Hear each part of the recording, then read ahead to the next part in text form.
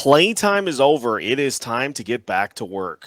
We take a look at the second half of the season for the Minnesota Wild today on Locked on Wild. You're Locked on Wild.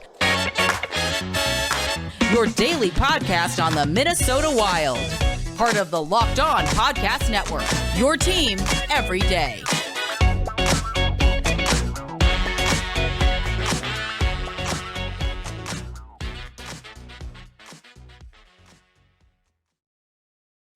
What's happening, everybody? Welcome to another episode of Locked on Wild, your daily Minnesota Wild podcast, part of the Locked on Sports Podcast Network, your team every day.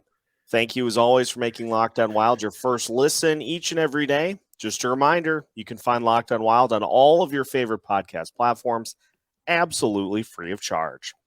On today's episode of Locked on Wild, Alex Micheletti joins us to prime up for the second half of the season. Take a look at what the Wild have on the schedule for this week. Lineup changes. We'll talk about that and plenty more today as well. My name is Seth Topol, your daily Minnesota Wild insider. Just a reminder that today's episode is also brought to you by FanDuel Sportsbook, official sportsbook of Locked On. Make every moment more. Visit FanDuel.com/LockedOn today to get started. We bring in Alex Micheletti, and Alex, we'll talk about the All-Star game in a little more detail here later, because that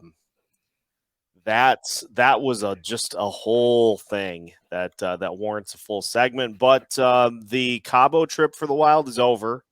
Time to get back to work, and it will be very interesting to see how this team does right out of the gate to try to really set the tone for an important second half of the season.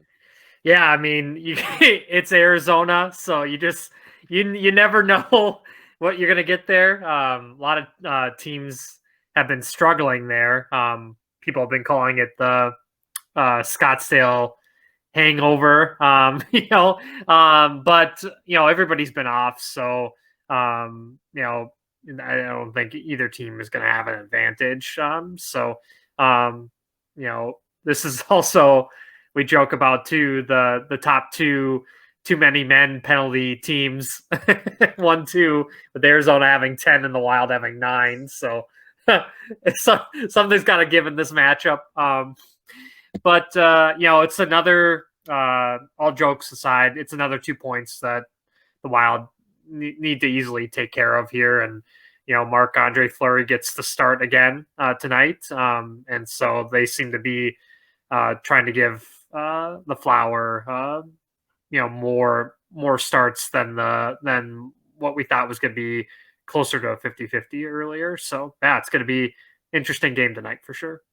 Arizona is 3-13 in their last 16 games, and so it's one that the Wild should take care of. What I like is that they had the full complement of players at practice, which is huge coming out of the All-Star break. Full complement of players, which is great. Mm-hmm. But it looks like the line combinations are going to stay the same. And I don't know about you, but the numbers for Sam Steele continue to be a little bit concerning. He hasn't registered a point in 9 games.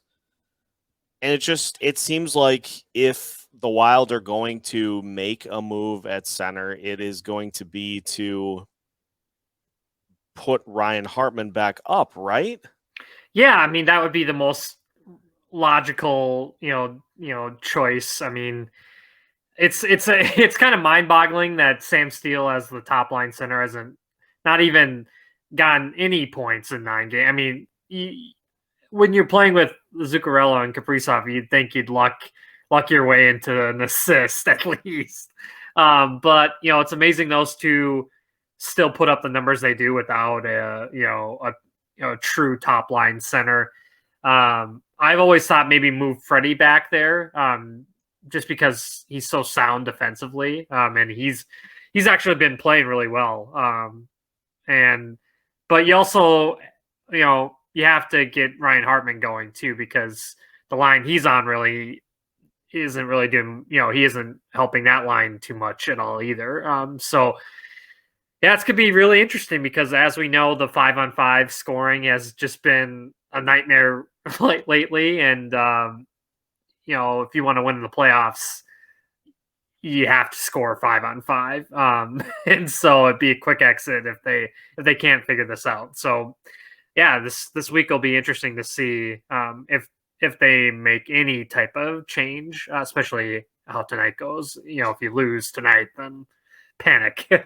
Yeah, to say the least. Are you surprised that Fleury is getting yet another start? That would make 4 in a row. And I mean, it's not like the Wild have any back-to-backs coming up. Mm-hmm. So you wonder, if not now, then when will the next time be that we see Philip Gustafsson in net? Yeah, it's a tough because you don't want him to go so long without a start, because then you throw him in there and then things could get ugly just because of the rust factor. But you take a look at how Marc-Andre Fleury played against Buffalo. That was incredible. So I can see why the coaching staff and Dean is rewarding him for another start. Yeah, that is a tough, because Gustafsson has been kind of playing against the lesser opponents too. So you would think playing against Arizona, that'd be a logical place to play him, but they're rewarding Marc-Andre Fleury too for his fantastic play, because they don't win that game against Buffalo without the save, especially that he made late. Yeah, and it's not like the Wild do have a back-to-back on Wednesday and Thursday. Mm-hmm. So Gustafsson will draw one of those starts. No doubt. And so I get going with the hot hands. Mm-hmm. And this is kind of the thing with Marc-Andre Fleury, is that as he puts consecutive starts together, it seems like he really gets on a good roll and into a good rhythm. And so I wonder if we see Fleury Gustafsson with a matchup at Dallas coming up on Wednesday, as we'll talk about here in a little bit. It is interesting, and it's nice to have two goalies that are performing well, but we went from it's not a rotation to now Fleury getting the last 4. Just it's interesting. Mm-hmm. Yeah, we'll see if it works out, the strategy.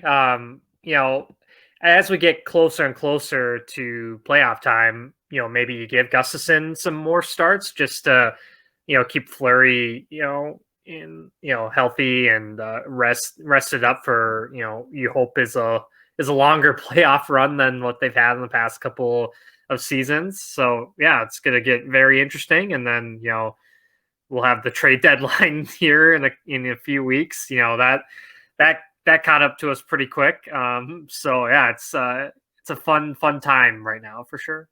Pedal to the metal, and as mentioned, it's Arizona tonight. Then it is the Dallas Stars on Wednesday, and so as we continue today's episode of Locked On Wild, we'll look ahead for what is coming up here this week with 4 games on the schedule. We'll talk about all that and more as we continue today's episode of Locked On Wild after this. Our next partner is a product I use every single day of the week. I started taking AG1 because it helps you simplify your vitamin and supplement routine. All it takes is one delicious scoop of AG1, and you're absorbing 75 high-quality vitamins, minerals, whole food source superfoods, probiotics, and adaptogens to help you start your day right. This special blend of ingredients supports your gut health, your nervous system, your immune system, your recovery, energy, focus, and aging. It's lifestyle friendly, whether you eat keto, paleo, vegan, dairy-free, or gluten-free. AG1 is a small micro habit with big benefits. It's one thing you can do every single day to take great care of yourself. Right now, it's time to reclaim your health and arm your immune system with convenient daily nutrition. It's just one scoop in a cup of water every single day. That's it. No need for a million different pills and supplements to look out for your health. And to make it easy, Athletic Greens is going to give you a free 1-year supply of immune-supporting vitamin D and 5 free travel packs with your first purchase. All you have to do is visit athleticgreens.com/NHL Network. Again, that's athleticgreens.com/NHL Network to take ownership over your health and pick up the ultimate daily nutritional insurance. Continuing today's episode of Locked On Wild, once again, thanks for making Locked On Wild your first listen each and every day of the week. For your second listen, make sure you check out the Locked On NHL podcast as we gear up for what should be a busy few weeks leading up to the trade deadline. Seth Topol hanging out with Alex Micheletti, and we talked about the Arizona game a little bit. The Coyotes, as mentioned, not playing a particularly great brand of hockey, but you look at some of the games in that 3-13 stretch. They just lost to the Anaheim Ducks 2-1 in overtime to finish the first half of the season for the Coyotes. But they've had some other games that have been close sprinkled in there as well. And during this stretch, they beat Detroit, Vegas, and St. Louis, including shutting out the St. Louis Blues 5-0. And so it's not a guarantee for 2 points, but it feels like it should be as close to a guarantee as it can be. Yeah, I mean, they're an interesting team. I mean, they have a couple of really high-end players.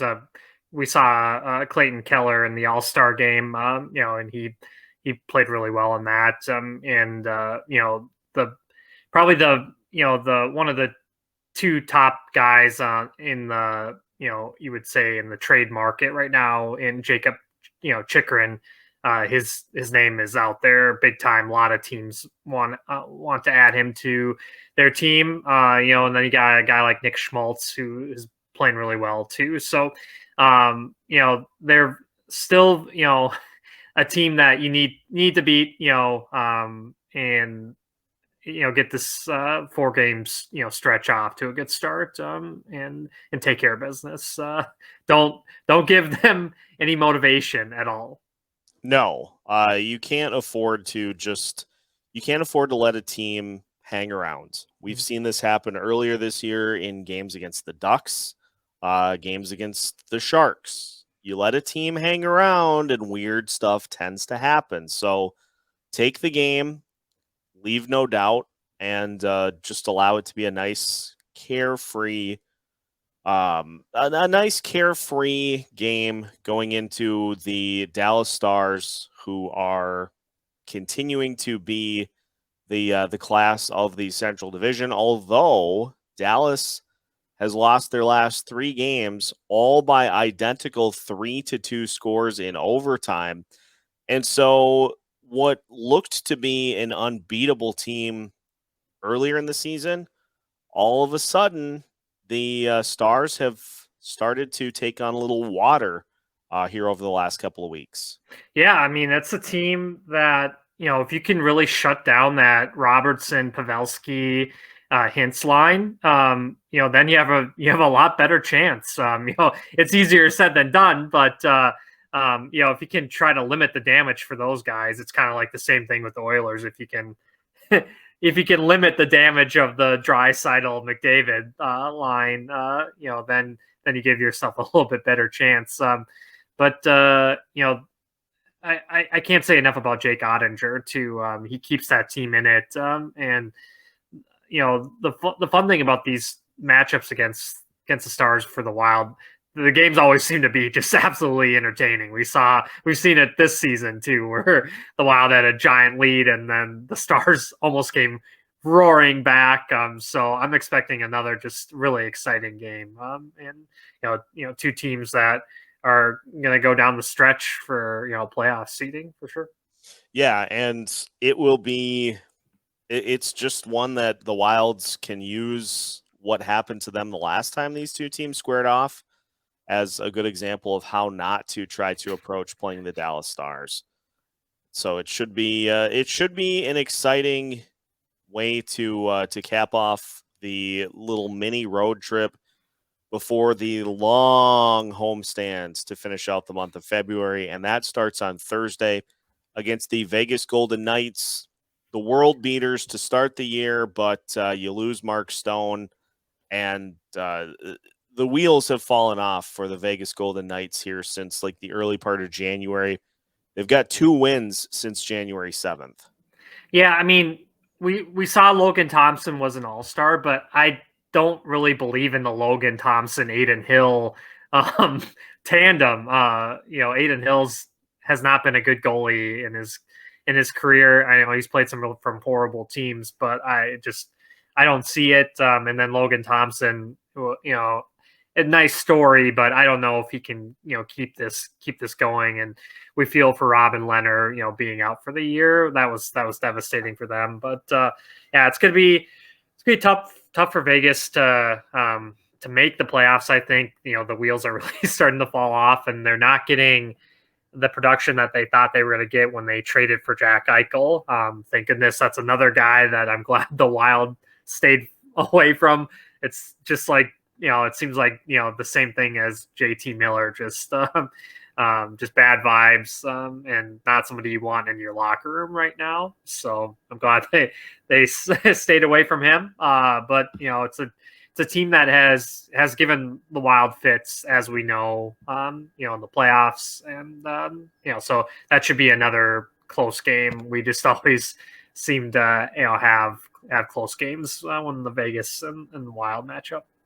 Yeah, and people may listen and say, well, how the heck would the Golden Knights not make the playoffs? They are 2 points they're 2 points ahead of the Oilers. The Oilers have a game in hand, and then after that, you're clinging to dear life for one of those wild card spots, and it's a team that they can't score goals. No. I mean, and they keep losing guys. Like you said, Mark Stone, that is a devastating loss. He when you think of the Vegas Golden Knights, you think of Mark Stone. And so,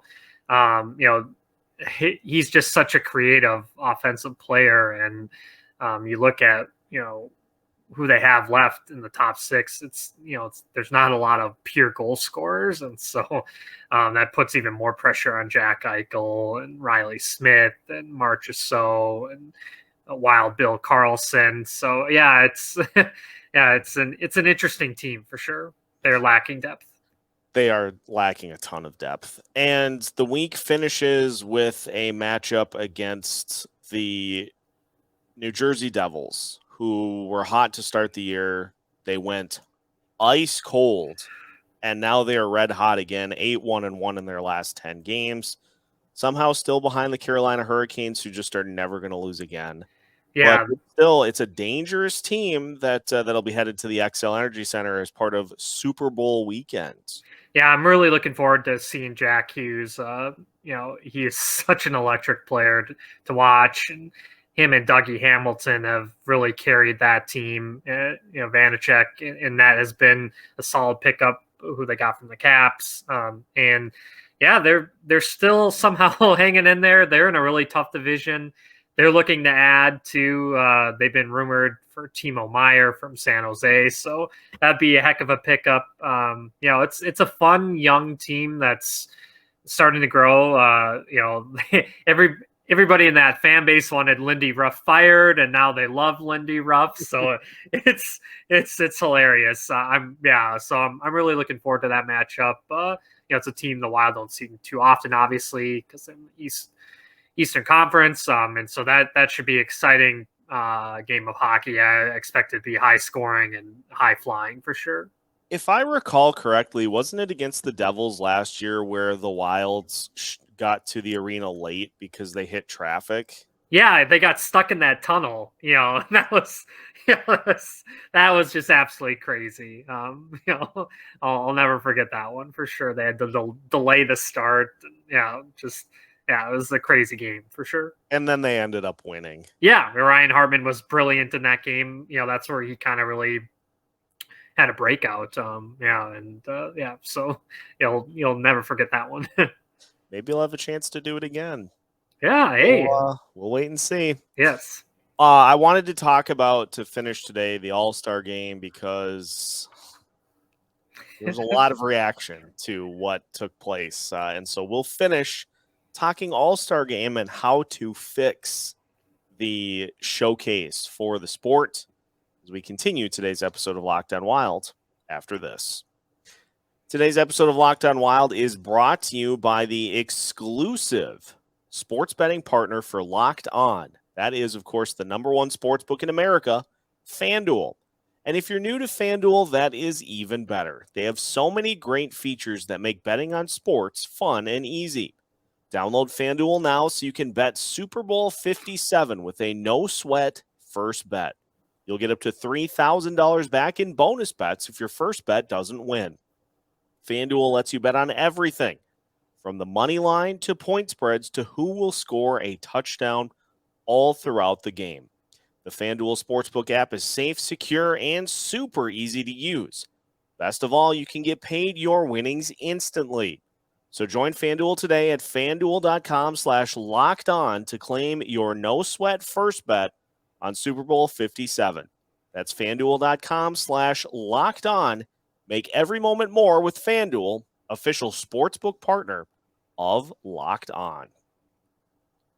Final segment of today's episode of Locked On Wild. Once again, thanks for making Locked On Wild your first listen each and every day.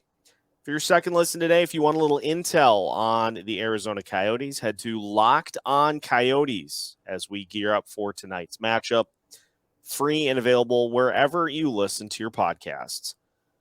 Alex, the All-Star Game happened this weekend, and it featured a skills showcase in which you had players trading appearances or just straight up, in Connor McDavid's case, being like, I don't really want to do this. And the All-Star Game, I don't know. I don't know what you do about it, but it's pretty obvious that it was a little bit of a mess for the NHL this weekend. Yeah, it's starting to seem to get too gimmicky. I mean, what was that golf type one that they did? I mean, there was all sorts of just ones that made no sense. I don't even know if the 3-on-3, that at times looked uncomfortable. And, I loved the jerseys, but some of the jerseys were very similar. So there was a lot of turnovers and, it was kind of awkward. I think they should just do East-West, 5-on-5 like they have in the past, but yeah, very interesting. One of the most hilarious things I thought of the weekend, we saw Nick Suzuki won free Chipotle for the year. And then he says, we don't have a Chipotle in Montreal. So you can't take the NHL serious sometimes. It's like they have a, major sponsor, but the guy that wins the award doesn't even have a Chipotle where he plays. So yeah, that cracked me up for sure. I think some of the things you got to do. Number one, if you're going to do a skills competition, have like a list of events to pick that each player that is going to the All-Star Game can say, I would do this or this or this, but not this. So that you don't have guys like it happened to Kaprizov. He didn't really want to do the speed skating, so traded with Fiala. Fiala ended up doing that. I don't know what the goalie tandem thing was. That was weird. So get back to I'm just spitballing here. What if the NHL did something like the slam dunk contest with shootout goals, and you'd have a player trying the Michigan, and you have a panel that votes on best score for shootout goals. You have that. You have some sort of I don't know. I'm not sure if we've gotten to the point where all-star games for sports have just completely lost their meaning and are something that we should get rid of, but yeah, it changes. Yeah, it really seems like that. I mean, I was watched a little of the NFL stuff today, and flag football was just a waste of time. I don't get why they even have anything for the NFL.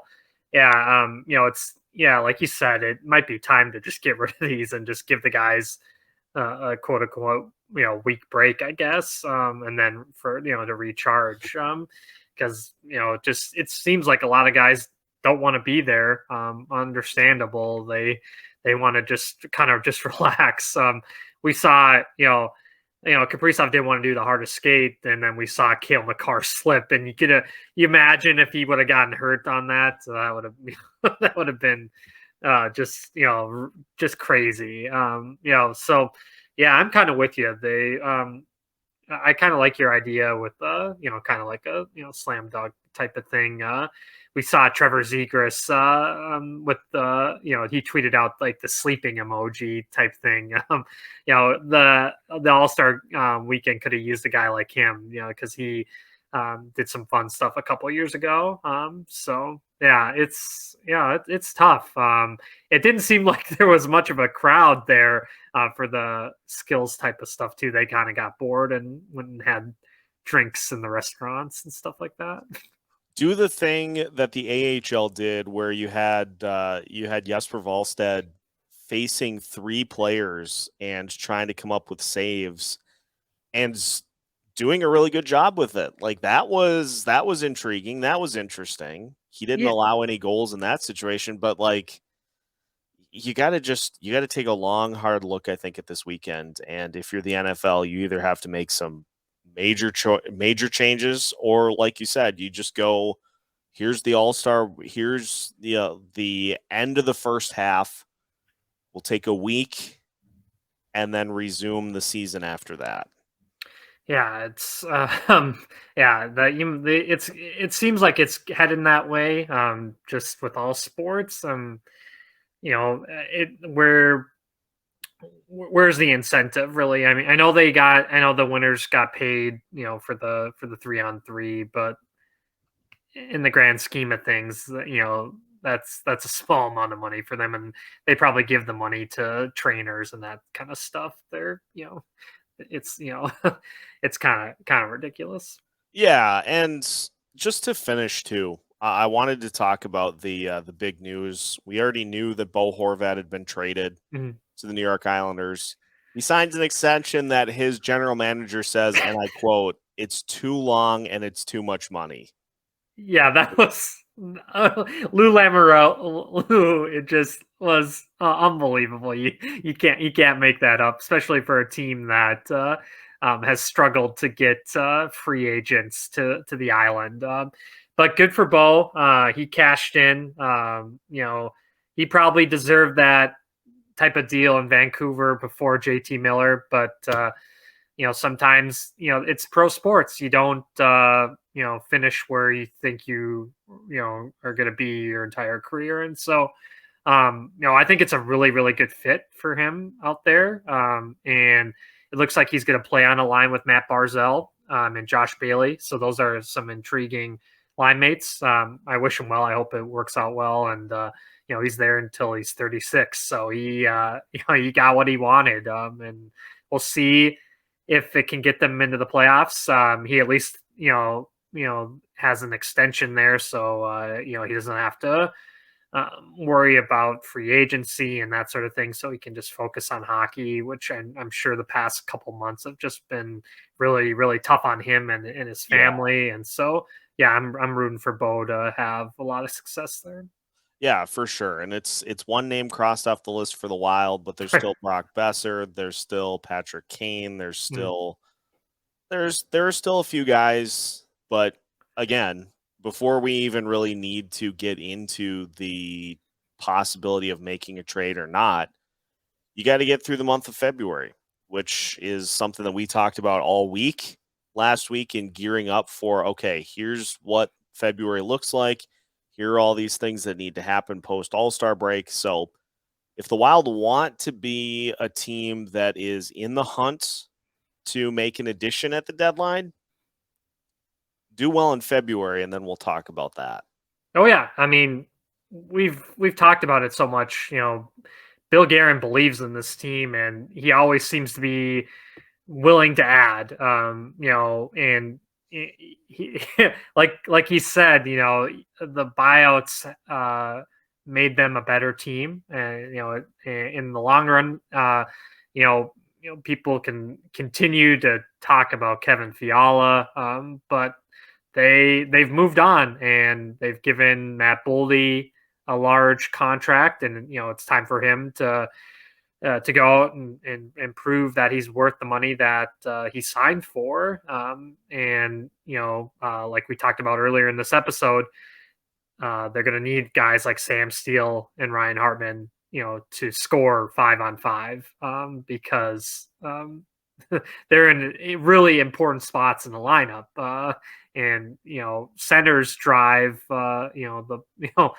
this league. They are so critical offensively and defensively, and so the Wild, they don't have true number one center. They're kind of just piecing it together, and we'll see if they can add a center.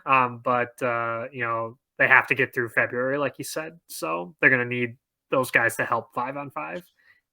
Most definitely. And that will do it for today's episode of Locked On Wild. Again, we will have a pregame preview for you for the Arizona game to go a little more in detail, and a postcast as well. So make sure that you tune into everything that Locked On Wild has to offer, with new episodes all week long, plus pre- and post-game content. The second half of the season is here, and you can stay up to date with everything going on Minnesota Wild related with us here at Locked On Wild. Follow wherever you listen to your podcast. Subscribe on YouTube so you don't miss out on any of our new content all week long. All part of the Locked On Sports Podcast Network.